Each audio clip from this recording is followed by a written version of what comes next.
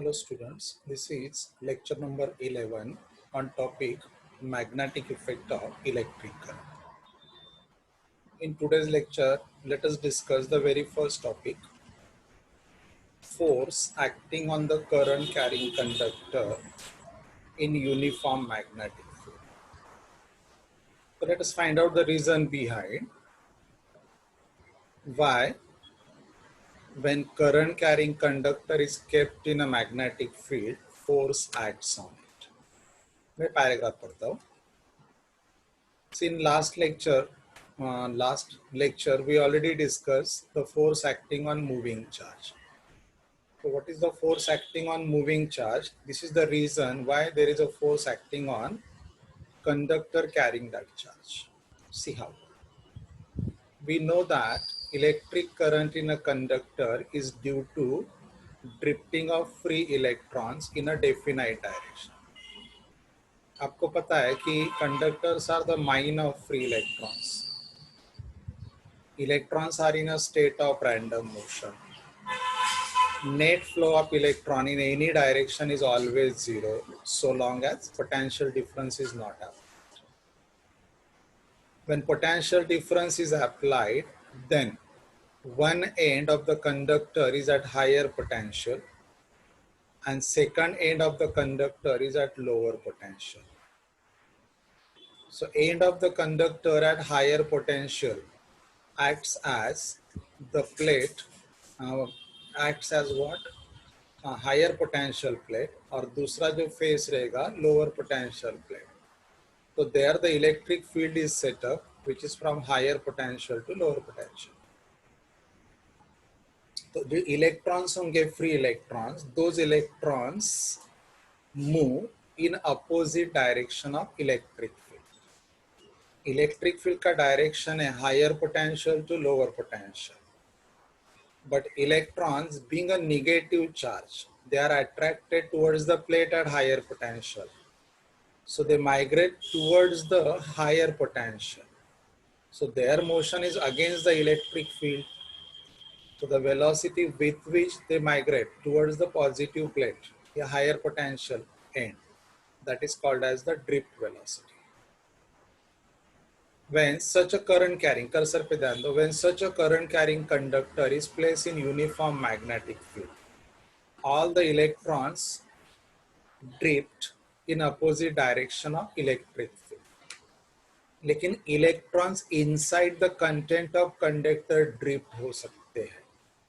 Their motion is constrained या restricted या confined inside the conductor, so they do not move freely. But what is the net effect of the drifting velocity of all the electrons in a conductor is conductor as a whole they experience the force because of that drift. So this is how the conductor carrying the electric current when kept in a magnetic field experience the force due to magnetic field. Right? उस force का expression हमें find out करना है.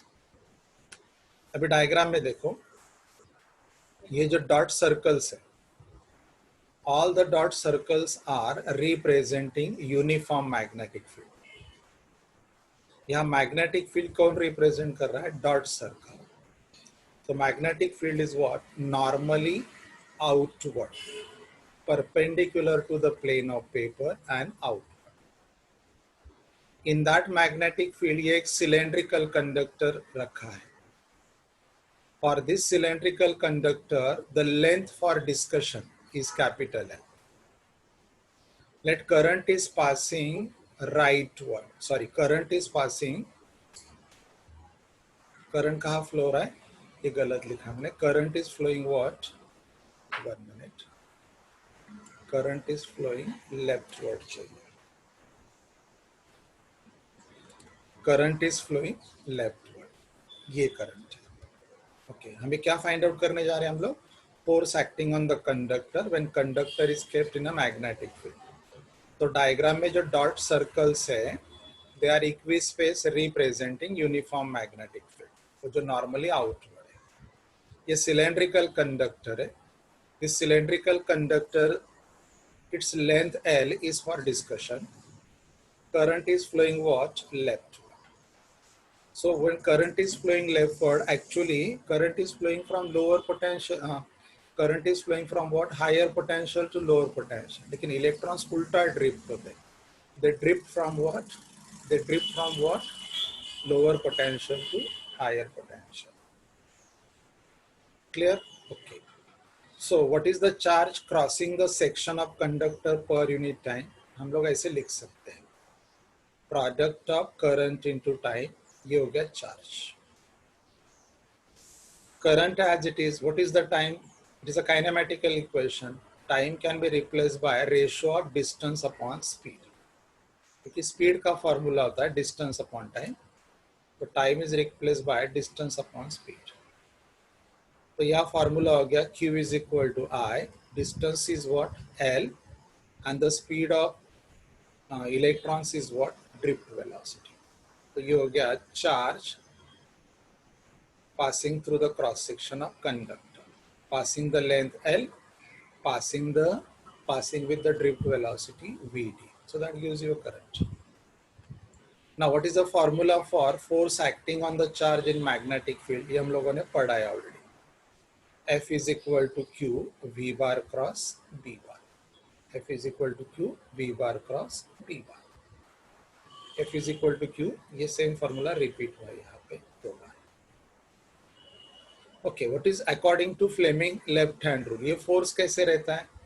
This force is perpendicular to the velocity. This force is perpendicular to the magnetic field. Yeah, this force is perpendicular to the plane which is formed by intersection of velocity and magnetic. तो यहाँ diagram में देखो drift velocity magnetic field normally outward है. Drift velocity कहाँ पे है? Drift velocity current का opposite रहता है. करंट अगर लेफ्टवर्ड है तो ड्रिफ्ट वेलोसिटी राइटवर्ड रहेगा क्योंकि drift velocity is the velocity of electron and is always opposite to the electric current. तो ये फॉर्मूला हो गया QVB sin theta, where theta is angle between velocity and drift, magnetic field and drift velocity. Now बहुत simple है. यहाँ पे खाली हम लोग क्या करेंगे, ये जो Q है इसका वैल्यू सब्स्टिट्यूट करेंगे. Q का वैल्यू क्या है? I L by VD, so that I kept here. VD cancel हो गया. So F is equal to I LB sin theta. This is the force acting on the conductor carrying the current I of length L when kept in magnetic field. अगर vector form में लिखना है तो left hand side को vector notation में डालो और right hand side में एक यूनिट वेक्टर डालो. राइट. लेकिन डायग्राम में ये जो करंट है और मैग्नेटिक फील्ड है ये दोनों वेक्टर है. मतलब आई एल एक्चुअली ये करंट एलिमेंट है, ये वेक्टर होता है. करंट एलिमेंट है वेक्टर, बी ये वेक्टर है और साइन थीटा. तो राइट हैंड साइड में जो ब्रैकेट में लिखा है ये मैग्नीट्यूड ऑफ डॉट प्रोडक्ट है. किसका dot product? I L current element जो वेक्टर है और बी ये वेक्टर है. और वेक्टर फॉर्म में ऐसे भी लिख सकते हो. सो this is the equation 2 and equation 3 are the expressions for force acting on the conductor carrying the current in magnetic field. वापस एक बार समझा देता हूँ क्विकली. डायग्राम में देखो ये जो डॉट इन सर्कल्स है they are representing the magnetic field. That magnetic field is normally outward. एक सिलेंड्रिकल कंडक्टर है whose length considered for discussion is L and its cross sectional area is what? A. इस conductor का जो left and है it is kept at what? Lower potential. It is kept at higher potential. अगर ये and higher potential पे तो electrons drift towards the higher potential. तो जिस डायरेक्शन में इलेक्ट्रॉन्स ड्रिफ्ट होते उसके अपोजिट डायरेक्शन में इलेक्ट्रिक करंट लिया जाता है. That we already study in 11th standard. So this is the direction of electric current जो लेफ्ट वर्ड है. इलेक्ट्रॉन्स इधर ड्रिफ्ट. तो because of drifting of electrons कितना वेलोसिटी से ड्रिफ्ट हो रहे? Vd. Let distance covered by the electrons is L in time t. तो total charge कितना ड्रिफ्ट हो रहा है हम लोग फाइंड आउट कर सकते हैं. सो what is the total charge drifted? charge is product of current and time. Current is constant. What is the time? It is the ratio of distance upon speed. कितना distance हम लोगों ने discussion में लिया है L, with what speed the charges are drifting V D, तो ये Q का राइट हैंड साइड आ गया. नाउ जो हम लोगों ने इस चैप्टर का पहला ही लेक्चर में पढ़ा था Lorentz force. So what is the force acting on the charge Q in magnetic field? वो रहेगा Q V bar cross B bar, ये velocity with which charges are drifting V. तो ये सेम रिपीट हुआ है फॉर्मूला यहाँ पे. तो इसको हम लोग in terms of sine theta लिखेंगे, Q V D B sine theta, where theta is angle between vector B and vector V. फिर यहाँ पे क्यू का वैल्यू सब्स्टिट्यूट कर दो जो हम लोगों ने ऑलरेडी डिराइव करके रखा है. सब्स्टिट्यूट करो, सिंप्लीफाई करो, ये फॉर्मूला आ जाएगा, V D cancel. So this is the force acting on current carrying conductor of length L when kept in magnetic field. इसको अगर वेक्टर फॉर्म में लिखना है तो दोनों साइड में वेक्टर साइन दे दो. इसको वेक्टर साइन दो और राइट हैंड साइड में ये मैग्नीट्यूड हो गया, डायरेक्शन के लिए यूनिट वेक्टर ऐड करो. This is you can write the force in vector. ये जो ब्रैकेट में यहाँ पे लिखा है आई एल इंटू एन क्या, ये हो जाएगा करंट इलेमेंट, क्योंकि एल ये लेंथ फॉर डिस्कशन था, टोटल लेंथ का पार्ट. तो आई एल इंटू एन क्या, ये हो गया करंट इलेमेंट. बी भी वेक्टर है, तो right hand side actually magnitude of cross product है. इसका क्रॉस प्रोडक्ट करंट इलेमेंट और फील्ड वेक्टर, आप ऐसे लिख सकते हो. आई कांस्टेंट है, एल बार क्रॉस बी. ये हम लोगों ने straight conductor carrying the electric current के लिए फाइंड आउट किया. अगर कंडक्टर का शेप आर्बिट्ररी हो तो क्या करने का? Let us see when conductor shape is arbitrary. तो डायग्राम में देखो, वही डायग्राम है. Dot in circle are representing uniform magnetic field जो नॉर्मली आउटवर्ड है. ये कर्व शेप कंडक्टर है carrying the current shown in diagram. यहाँ पे तो हम लोग क्या करेंगे, इसका सैंपल लेंथ लेंगे, छोटा सा लेंथ लेंगे. Let this is the small portion of conducting wire, छोटा सा. दो the actual conductor is curve, but very small part of it appears straight line to us. तो ये ds ये लेंथ एलिमेंट है, उसी डायरेक्शन में ds ये लेंथ एलिमेंट है, तो मैं I ds इसको करंट एलिमेंट बोलेगा.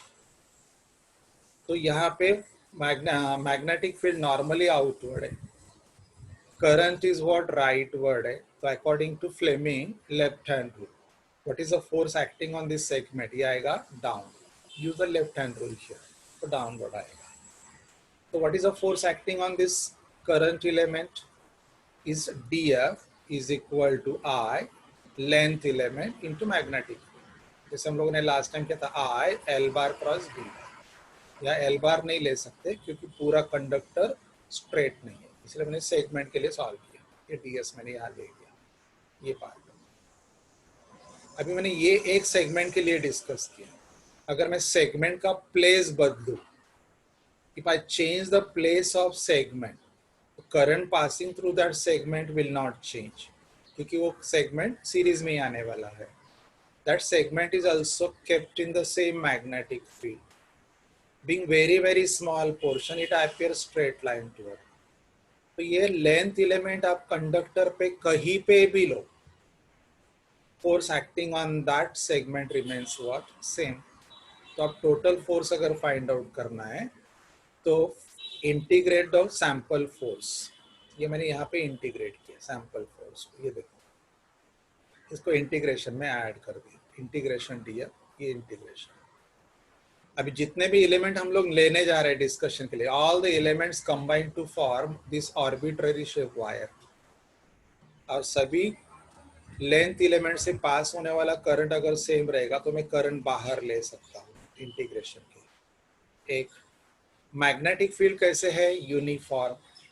तो प्लेस कहीं पे भी लो इस रीजन में, direction and magnitude of magnetic field will not change. तो बी में मैं इंटीग्रेशन के बाहर ले सकता हूँ, तो बचा integration ds. So this is the force acting on current carrying conductor of arbitrary shape I integration ds into cross b1, ये हो गया force acting on curve conductor.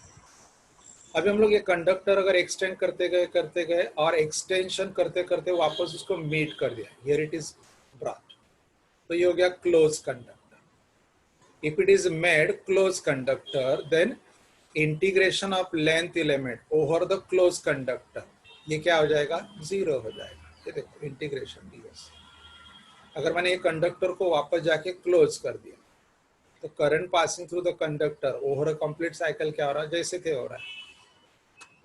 तो integration of length element close लेना पड़ेगा, close interval पे zero हो गया। तो force acting on a close conductor carrying the electric current हमेशा क्या रहता है, जीरो रहता है। Is it clear?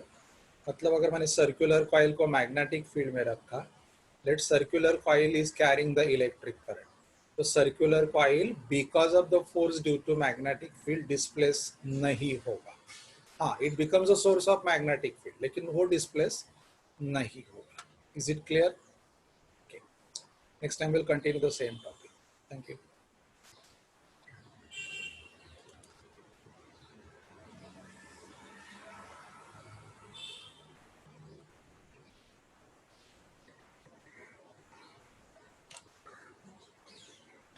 चलो।